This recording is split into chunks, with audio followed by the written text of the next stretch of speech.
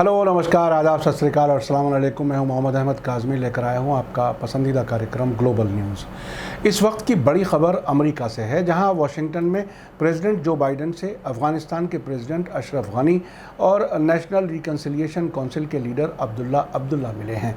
इस मुलाकात के दौरान जो बाइडेन ने अफ़गानिस्तान के लीडर्स को मुसलसल साझेदारी का वादा किया है और साथ ही ये भी कह दिया है कि अफ़गान लोगों को अपना फ्यूचर यानी मुस्तकबिल और भविष्य खुद ही तय करना होगा। इन दोनों अफ़गान लीडर्स के जो बाइडेन से मिलने से पहले डिफेंस मिनिस्टर लॉयड ऑस्टिन से पेंटागन में जाकर मुलाकात करने की भी खबर है।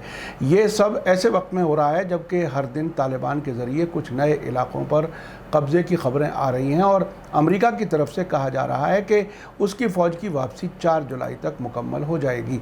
लेकिन साथ ही ये भी कहा जा रहा है कि 650 अमरीकी फ़ौजी काबुल में डिप्लोमेट्स की सिक्योरिटी के लिए बाकी रहेंगे और सैकड़ों फ़ौजी काबुल एयरपोर्ट पर तुर्की के फ़ौजियों को सिक्योरिटी देने के लिए कुछ महीनों के लिए तैनात रहेंगे। वाशिंगटन से एसोसिएटेड प्रेस की खबर है कि अफ़गान लीडर्स के साथ मुलाकात के दौरान जो बाइडेन ने वादा किया है कि अमेरिका अफ़गानिस्तान के साथ मुसलसल साझेदारी जारी रखेगा और ये कि वो अफ़गानिस्तान की मदद करने के लिए पाबंद है। साथ ही उन्होंने ज़ोर देकर कहा है कि अमेरिकी फ़ौज के पीछे हटने का वक्त आ गया है। खबर में कहा गया है कि मुलाकात के शुरुआत में जो बाइडेन ने कहा कि अफ़गानों को अपना फ्यूचर यानी मुस्तकबिल खुद ही तय करना होगा।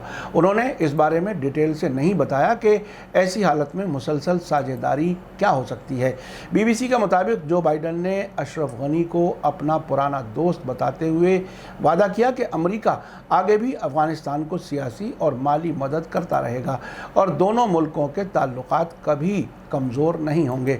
इसी बीच तालिबान के स्पोक्सपर्सन सुहेल शाहीन ने अल जज़ीरा के साथ एक ख़ास इंटरव्यू में कहा है कि अगर अमेरिका 11 सितंबर के बाद भी अफ़गानिस्तान में अपने फ़ौजी बाकी रखता है तो उन्हें इस पर जवाबी कार्रवाई करने का हक़ हासिल है। आपको याद दिला दूं कि इसी हफ्ते के शुरुआत में यूनाइटेड नेशंस ने तालिबान के बढ़ते कब्ज़ों के बारे में चिंता जाहिर की थी।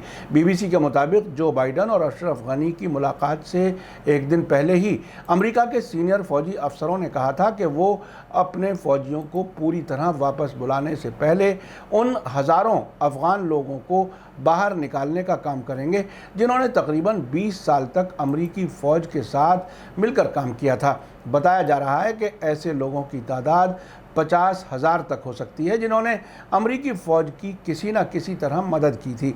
अमेरिकी अफसरों के मुताबिक बरसों तक अमेरिका के लिए काम करने वाले अफ़गान दुभाषियों यानी ट्रांसलेटर्स को तालिबान से जान का ख़तरा है।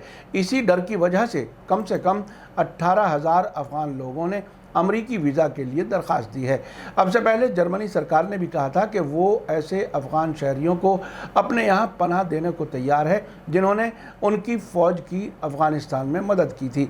आम तौर पर ऐसे अफ़गान लोगों को तालिबान मुल्क का दुश्मन समझते हैं जिन्होंने उनके मुताबिक विदेशी काबिज़ फ़ौजियों की मदद की है। व्हाइट हाउस के ओवल हाउस में प्रेसिडेंट गनी से मुलाकात के बाद जो बाइडेन ने कहा कि हमारे फ़ौजी ज़रूर अफ़गानिस्तान छोड़ रहे हैं लेकिन अफ़गानिस्तान को हमारी सपोर्ट कभी ख़त्म नहीं होगी। उन्होंने कहा कि ये अफ़गानिस्तान को ही चुनना है कि उसे किस रास्ते पर जाना है, लेकिन ये लगातार चलने वाली हिंसा यानी वायलेंस रुकनी चाहिए, वरना आने वाले वक्त में बड़ी परेशानियां होंगी। इस मुलाकात के दौरान प्रेसिडेंट गनी ने कहा कि वे अमेरिकी सरकार के अपनी फ़ौज वापस बुलाने के फ़ैसले की इज़्ज़त करते हैं। साथ ही उन्होंने बताया कि अफ़गान फ़ौजों ने उन 6 ज़िलों को फिर से अपने कब्ज़े में ले लिया है जिन पर तालिबान ने कब्ज़ा जमाने की कोशिश की थी।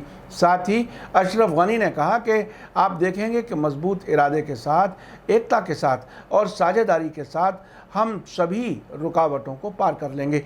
अफ़गानिस्तान के प्रेसिडेंट अशरफ गनी के साथ सरकार में दूसरे अहम लीडर अब्दुल्ला अब्दुल्ला भी अमरीकी दौरे पर हैं। वहाँ उन्होंने अमरीकी कांग्रेस के मेंबर्स, CIA के अफसरों और अमरीकी डिफेंस मिनिस्ट्री के ज़िम्मेदारों से मुलाकात की है।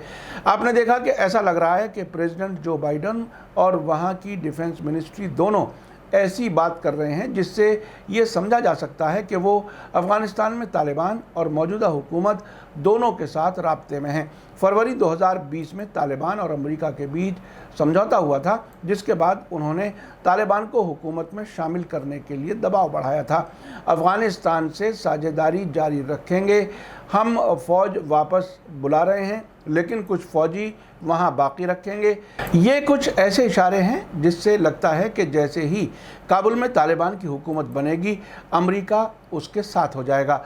अब से पहले भी अमेरिका ने 1996 में तालिबान की हुकूमत बनने पर सऊदी अरब, यूनाइटेड अरब एमिरेट्स और यमन से उस हुकूमत को कबूल करा लिया था, लेकिन खुद को अलग दिखाया था। इस बार भी ऐसा ही कुछ हो सकता है। इस बार हालत इसलिए ज़रा अलग है कि तालिबान ने ईरान से भी मुलाकातें बढ़ा ली हैं। आखिर में आप बताइए कि अमेरिका के प्रेसिडेंट की तरफ से जो कुछ कहा गया है उससे आप क्या समझते हैं? आप अपनी राय कमेंट्स में लिख सकते हैं।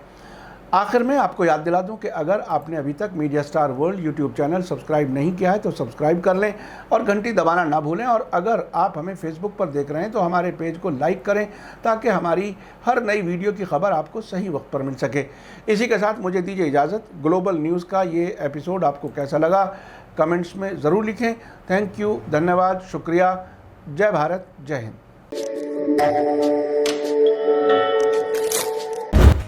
मीडिया स्टार वर्ल्ड के और वीडियो देखने के लिए हमारे चैनल को सब्सक्राइब करें और सीधे नोटिफिकेशन पाने के लिए बेल आइकन दबाएं। और अगर हमारी खबर सच्ची और अच्छी लगे तो अपने व्हाट्सएप, इंस्टाग्राम, फेसबुक और ट्विटर अकाउंट पर ज़रूर शेयर करें।